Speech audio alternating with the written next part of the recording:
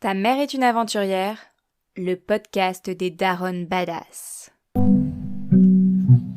Salut, moi c'est Emma, coach équipière de Projet Badass. J'accompagne les créateurs d'aventures dans leur concrétisation, que ce soit côté pro, création de podcast ou vie perso. Dans ce podcast, au fil des épisodes, tu entendras le témoignage de mères aventurières et je partagerai avec toi mes inspirations, mes expériences et mes tips pour construire le projet aventureux de tes rêves. J'espère que tu vas te sentir inspiré et motivé. Allez, c'est parti, on y va. Bonjour et bienvenue dans ce nouvel épisode où je te raconte ma vie. Aujourd'hui, je te parle de mon retour en France. Peut-être as-tu toi-même expérimenté le retour en France après un voyage à l'étranger, ou as-tu vu des amis rentrer de leur voyage à l'étranger? Et c'est pas toujours facile. Je vais te raconter aujourd'hui comment j'ai préparé mon retour en France. Et du coup, comment je l'ai vécu. Finalement, tu vois, le retour en France, je pourrais presque le prendre comme un projet en soi. C'est-à-dire que d'abord, ça m'a demandé de la clarté sur ce que j'attendais de ce retour en France. Qu'est-ce que c'était ma vision, comment je me projetais dans le retour en France. Ensuite, me documenter ou m'entourer, on va dire, pour ce retour en France. Faire le point sur mes besoins et mes ressources. Et ensuite, avancer étape par étape pour construire ce retour en France avant de le vivre pleinement, quoi. Quelque part, j'avais eu un gros coup de pouce de la vie pour ce retour en France. C'est que j'avais demandé une dispo en tant que prof des écoles pour partir 1 an en Mongolie. Et comme il manquait d'effectifs, ils m'ont dit, l'éducation nationale a refusé de me donner mon année de disponibilité. Et du coup, j'ai démissionné pour pouvoir partir. Et donc, je ne pouvais pas revenir dans ma vie d'avant, et je pense que c'est aussi ça qui est difficile, c'est le gap entre ce qu'on a vécu en voyage et revenir au même endroit, comme un retour en arrière, quoi.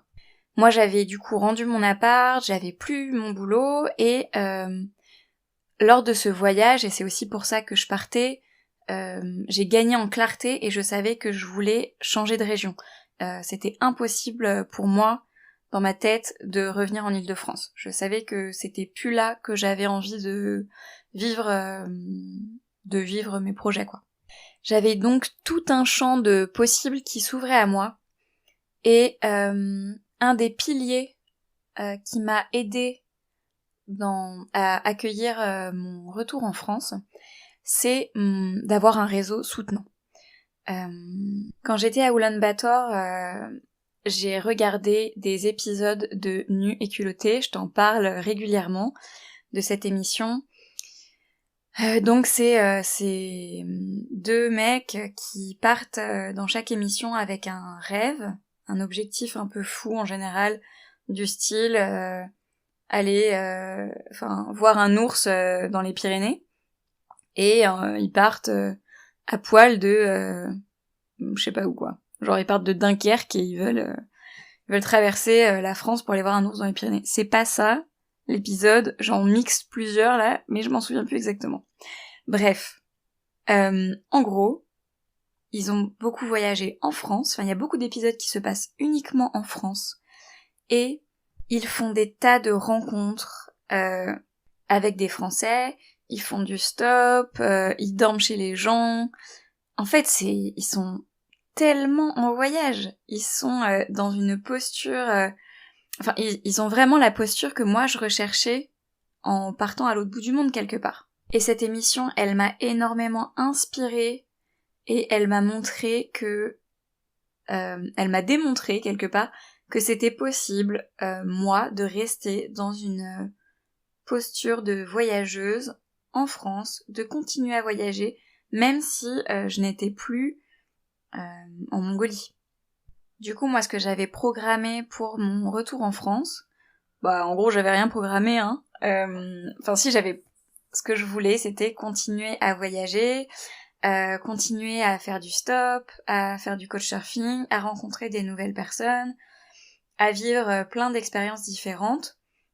Donc par exemple j'ai fait les vendanges un mois après être revenue de Mongolie. J'avais jamais fait ça et c'était une expérience, une nouvelle expérience pour moi et c'était l'occasion de rencontrer des nouvelles personnes, de rencontrer des nouvelles régions, de faire du stop et ça c'était le kiff quoi.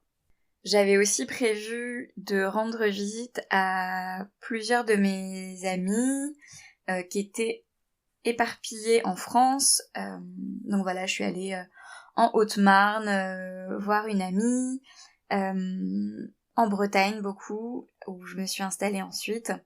Et j'ai particulièrement été justement, notamment chez ces deux amis qui avaient voyagé. Et donc d'être dans un réseau en plus de gens qui aiment voyager, qui avaient eux aussi vécu des retours en France, qui avaient envie de cultiver quelque part cette posture qu'on peut avoir quand on part à l'étranger.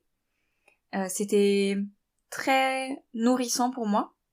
Je me sentais plus comprise, moins en décalage finalement avec mon environnement. Et un des autres aspects de ce réseau qui a été très très bénéfique à mon retour de Mongolie, c'est tout mon réseau mongol, d'amis de la Mongolie quoi. C'est mes amis que j'avais rencontrés soit avant de partir, mais qui étaient eux-mêmes des voyageurs en Mongolie, ou des personnes que j'avais rencontrées en Mongolie aussi. Et donc dans ce réseau-là, il y a des passionnés de la Mongolie. C'est des gens avec qui j'avais, pour certains, passé du temps en Mongolie. Et donc, c'était un moment de reconnexion, de souvenirs. Et finalement, il n'y a pas eu ça n'a pas basculé d'un coup.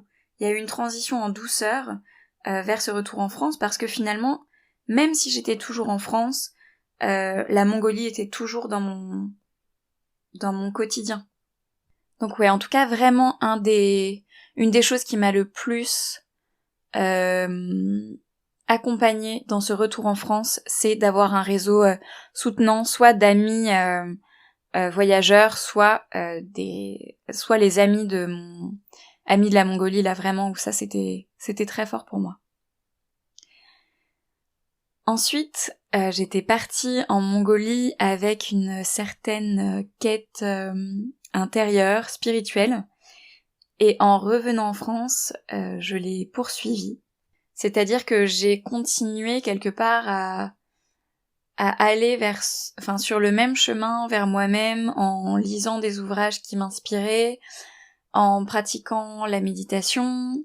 J'ai fait une retraite de 10 jours de méditation, une retraite vipassana où toute la journée on médite. Et ça c'était un petit peu comme des sas finalement, des morceaux de liens encore, des liens qui se tissaient entre mon voyage en Mongolie et le présent que je cultivais. D'ailleurs, à propos de sas, j'en ai pas parlé, mais ce qui, pour moi, a facilité mon arrivée en Mongolie et mon retour en France, c'est le fait de passer par la terre. Moi, j'arrivais pas à me projeter de prendre un avion et d'arriver en quelques heures en Mongolie sans sentir les kilomètres qui défilaient, sans voir les paysages, sans intégrer aussi le lever et le coucher du soleil, ces différences de temporalité, sans entendre les langues et puis voir aussi les gens autour de moi. J'avais besoin de faire l'expérience du sol et ça m'a imposé de ce fait un temps plus long pour revenir que les heures de vol en avion. Et ça a été très bénéfique pour moi. Alors après, c'est vraiment ma vision et ce que je te raconte, ça m'appartient. tu peux avoir un avis tout à fait différent. Mais en tout cas, voilà, moi j'ai eu l'impression que, tu vois, notamment le transsibérien, où j'ai passé plusieurs jours dans le train, où finalement il n'y a rien d'autre à faire que de voir le temps passer. Enfin si, j'ai lu, enfin j'ai discuté avec les gens, tout ça, mais j'ai l'impression d'avoir pu vraiment intégrer le fait que je repartais et d'avoir un petit sas entre le départ de Mongolie et mon arrivée en France. J'imagine même pas si ma mère était venue me chercher à l'aéroport après 14 mois, quoi, où j'étais partie. Je pense que ça aurait été plus brutal pour moi de le vivre de cette manière-là. Les émotions auraient été peut-être plus abruptes. En tout cas, c'est l'image que je m'en fais. Là, j'ai trouvé ça plus doux de cette manière-là. Donc comme je te disais au début de l'épisode, ce que je m'étais un peu prévu pour mon retour en France, puisque je n'avais plus ni attache en termes d'appart, ni en termes de boulot, c'était de continuer à voyager en France. Et je me voyais vivre plein de petites expériences professionnelles, plutôt en tant que... Enfin, tu vois, des boulots saisonniers, et être nomade. Je me voyais bien faire ça pendant plusieurs années, et ça n'a pas du tout été ce qui s'est passé finalement. J'ai passé beaucoup de temps chez des amis qui habitent en Bretagne, à 10 km de là où j'habite maintenant. Et vraiment, c'était... Je les remercie beaucoup de m'avoir accueillie à ce moment-là. C'était très, très beau humainement. Et en plus, je sentais vraiment une ouverture dans mon cœur quand je revenais en forêt de Brocéliande. Il y avait comme un chez moi qui s'était un peu... Enfin, qui se manifestait, quoi. Et au cours de cette année-là, du coup, j'ai fait pas mal d'allers-retours chez des amis. J'ai été en saison en tant que animatrice sur des classes découvertes. Et finalement, je me sentais chez moi nulle part. J'étais à la fois complètement libre et à plein d'endroits différents dans l'année, et en même temps sans mon cocon. Et c'est vrai que ça m'a vite manqué finalement, même pendant les classes découvertes, on était à 2 dans la chambre, ça s'est super bien passé. Cependant, c'est vrai que de pas avoir un espace pour moi, ça a été vite difficile pour moi à vivre. Et au bout d'un peu moins d'un an, j'ai décidé d'acheter une maison, de chercher une maison en tout cas.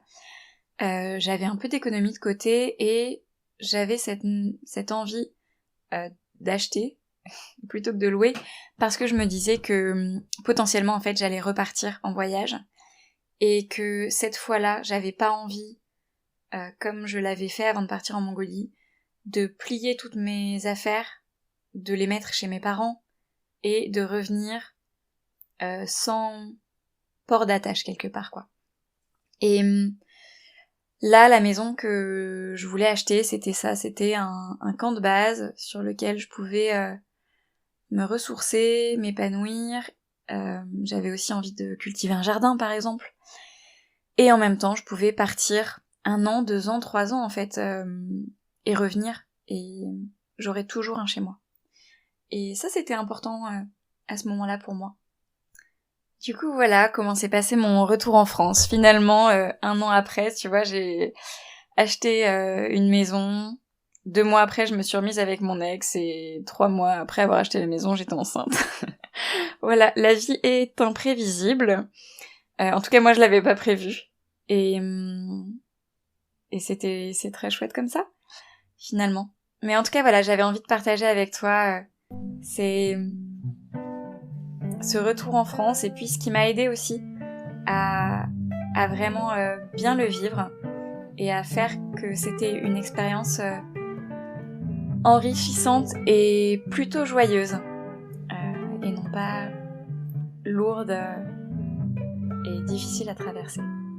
J'espère que cet épisode t'aura, je sais pas, inspiré ou je sais pas quoi d'autre. En tout cas, si t'as envie de partager avec moi ou avec les autres auditorices ce qui te vient après cette écoute, n'hésite pas à laisser des commentaires, soit sur ton application de podcast, soit sur le compte Instagram dansleventre2.venus. Je te souhaite une belle semaine et je te dis à dimanche prochain.